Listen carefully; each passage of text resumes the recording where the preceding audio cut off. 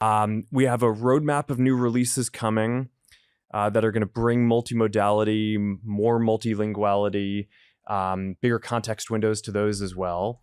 And then, hopefully sometime later in the year, we'll get to roll out the 405, which I think is in training, it's still training, but for where it is right now in training, it is already at around 85 mmLU, and just we expect that it's going to have leading benchmarks on a bunch of the benchmarks. So I'm pretty excited about all of that. I mean, the 70 billion is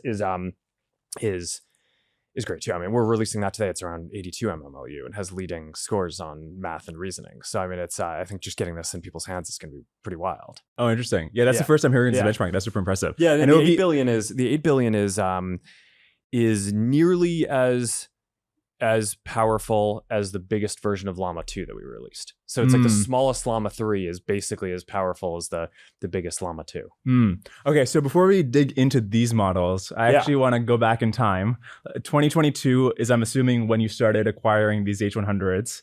Or you can tell me when. But you're like, stock price is getting hammered. People are like, what's happening with all this CapEx? People aren't buying the metaverse. And presumably you're spending that CapEx to get these H100s.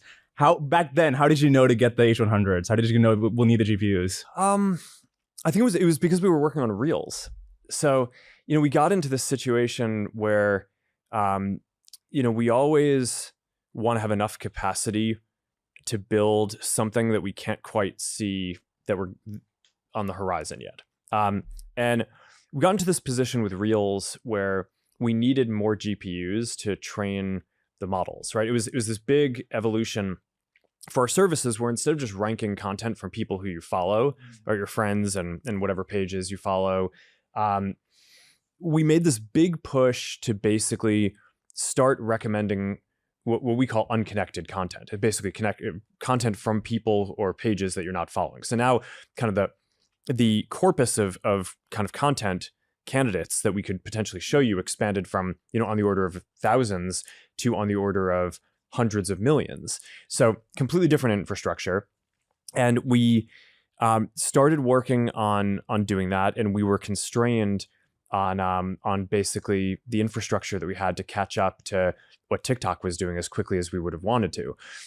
So I basically looked at that and I was like, hey, we have to make sure that we're never in this situation again. So let's order enough GPUs to do what we need to do on Reels and ranking content and feed, but let's double that, right? Because again, like our normal principle is there's going to be something on the horizon that we can't see yet. Did you know it would be AI?